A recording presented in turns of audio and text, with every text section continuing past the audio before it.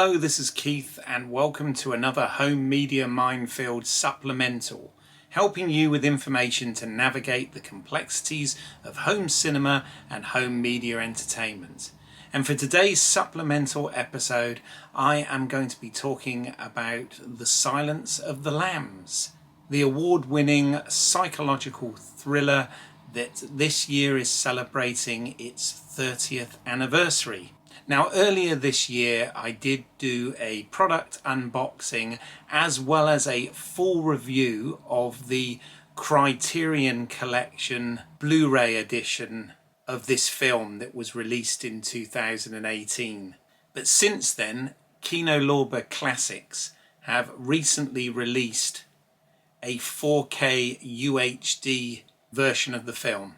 Now, I've previously reviewed the Kino Lorber 4K UHD of Hannibal, and packaging wise they've done a similar job to this 4K keep case with a slipcover with the more traditional Silence of the Lambs artwork on it. Now, I haven't actually purchased the new Kino Lorber 4K version of Silence of the Lambs yet because I am still somewhat on the fence about it. So I thought that I would share my findings here to help you with your decision.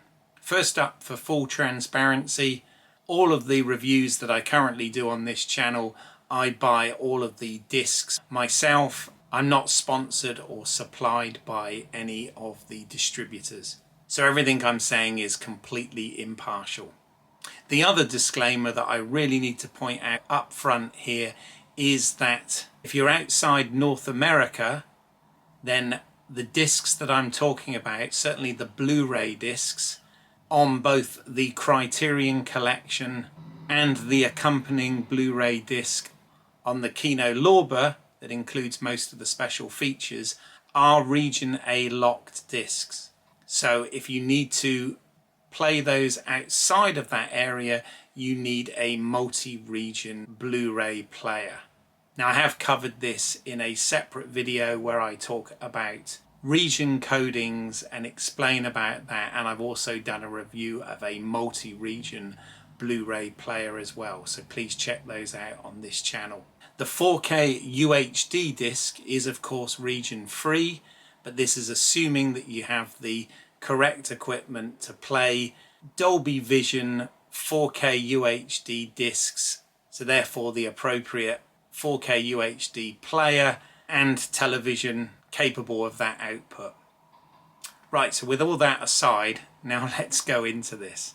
So I'm called Home Media Minefield for a reason, and certainly with this decision, for me it is a little bit of a minefield, in so much as the Kino Lorber 4K UHD is taken from the same 4K master that Criterion used for their Blu-ray release. Now, that 4K master was supervised by director of photography Tak Fujimoto and is, as I explained in my full review of the disc, a very, very good transfer of this film.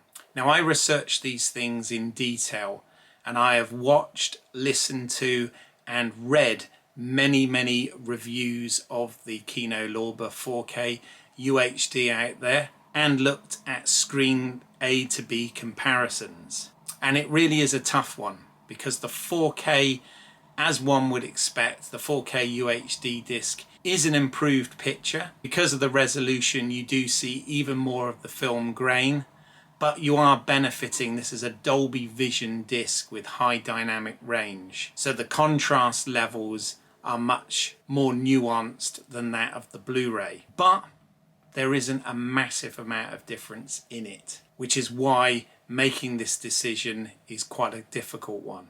So certainly with the picture, there are improvements with this Dolby Vision high dynamic range 4K disc. That being said, when it comes to other factors, it's not so tempting. Even though this is a Dolby Vision 4K UHD from Kino Lorber, the audio on it is not Dolby Atmos. It is the same DTS 5.1 and 2.0 audio tracks that are available on the Criterion edition. So no advantage as far as the audio side goes. In terms of the packaging, it's very subjective. Obviously this Criterion version does have some nice artwork and did also come with a 60-page booklet as well, which you don't get on the Kino Lorber 4K. But where it gets really tricky for me is around the special features side of things. Really, if you want to be a completist, you need to own both of these versions, because the Kino Lorber 4K includes a new audio commentary by film historian Tim Lucas. And I'm actually quite tempted to invest in this just so that I can hear this new commentary track. As I'm sure being done by a film critic, it's in-depth and informative. Unfortunately though, the payoff is that although you get this new audio commentary track, you don't get the original audio commentary that includes Jonathan Demme, Ted Talley and a number of the cast members, which is included on the Criterion version. You also don't get on the 4K the impressive 20-minute Maitland-McDonough interview that is exclusive for the Criterion Blu-ray. That is also missing from this. Other than that, you do get most of the special features that I've gone through in great detail on my Criterion Blu-ray review. Nearly all of these are included on the Kino Lorber 4K UHD. The other thing that the 4K UHD from Kino Lorber includes, which weren't included on the Criterion Blu-ray, are the TV spots and theatrical trailer options. The Criterion just includes the basic theatrical trailer. So it depends whether these sort of things are important to you. As I said, it is very tricky because in terms of packaging, I think that the Criterion version certainly has the edge. You also get the original commentary and the Maitland-McDonough interview on the Criterion that isn't present on the 4K UHD from Kino Lorber. I know it gets very confusing. But the 4K UHD does have the high dynamic range picture, so there is a slight improvement in picture quality. It does have the new film critic commentary and the TV spots. So, as I said, if you want to be a completist, you need to buy both. But obviously that comes at a cost. So I just thought I'd put this supplemental out there just to cover this new release and explain what the differences are. As I said, I still haven't actually invested in it yet because I'd not long since invested in the Criterion Blu-ray, and I also have bought the Kino Lorber copy of Hannibal, which, as I said, I've reviewed that as well, so please check those out. On the subject of the Hannibal Lecter franchise, I've also recently got Clarice Season 1, which has come out on only DVD, I'm afraid, by CBS. Kind of bizarre that it has only come out on DVD, because I'm sure that the streaming version was in high def, no doubt, but for some reason they've taken the decision just to release it physically on DVD, but you can get the entire season. Again though, this is a Region 1 DVD, so you would need a multi-region DVD player to play this show back.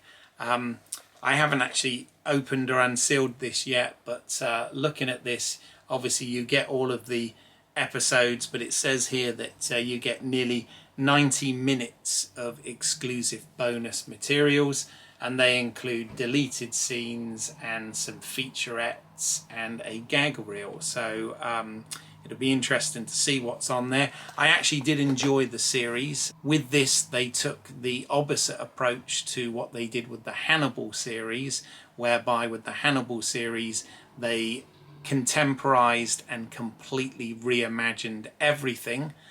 This acts as a sequel to the Silence of the Lambs film, taking place a year after those events and being firmly set in the early 90s. So they've tried with everything from casting through to production design to try and make it match and follow on from Silence of the Lambs. I actually thought it was a pretty good show. It's questionable as to whether it's going to get a second season though, because of the whole CBS Paramount Plus streaming service that's currently going on. But anyway, I just thought I'd throw that in there to mention as well. So I hope you found this supplemental update helpful. If you've got any questions, I appreciate it can be a bit confusing. Please do put the questions in the comments below and I'll be happy to get back to you. And also please do check out the reviews and unboxings for both Silence of the Lambs Criterion Collection and Hannibal Kino Lorber 4K. You can find those on this channel, as well as explanations of things like region coding if that isn't clear as well. So if you did find this useful and helpful, please do consider giving the video a like, give it a thumbs up, and also consider subscribing to the channel. I put product unboxings, Blu-ray 4K, DVD reviews, explain videos, as well as other content like live streams, podcasts, etc. So I'll put links to all of this stuff down below. But for now, I thank you for your time and I will speak to you at the next Home Media Minefield. Bye for now.